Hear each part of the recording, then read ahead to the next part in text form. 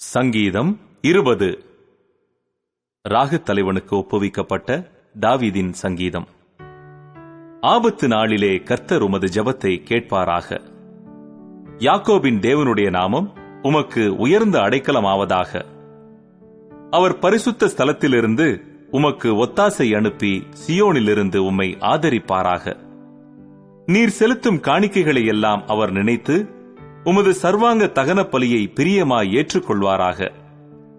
அவர் உமது மனவிருப்பத்தின்படி உமக்கு தந்தருளி உமது ஆலோசனைகளை எல்லாம் நிறைவேற்றுவாராக. நாங்கள் உமது ரட்சிப்பினால் மகிழ்ந்து எங்கள் தேவனுடைய நாமத்திலே கொடியேற்றுவோம். உமது வேண்டுதல்களை எல்லாம் கர்த்தர் நிறைவேற்றுவாராக.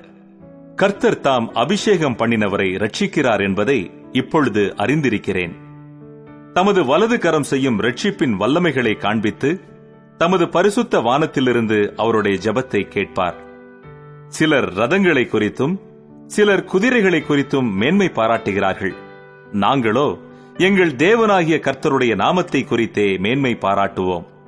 அவர்கள் முறிந்து விழுந்தார்கள், நாங்களோ எழுந்து நிமிர்ந்து நிற்கிறோம். கர்த்தாவே ரட்சியும். நாங்கள் கூப்பிடுகிற நாளிலே ராஜா எங்களுக்கு செவி கொடுப்பாராக.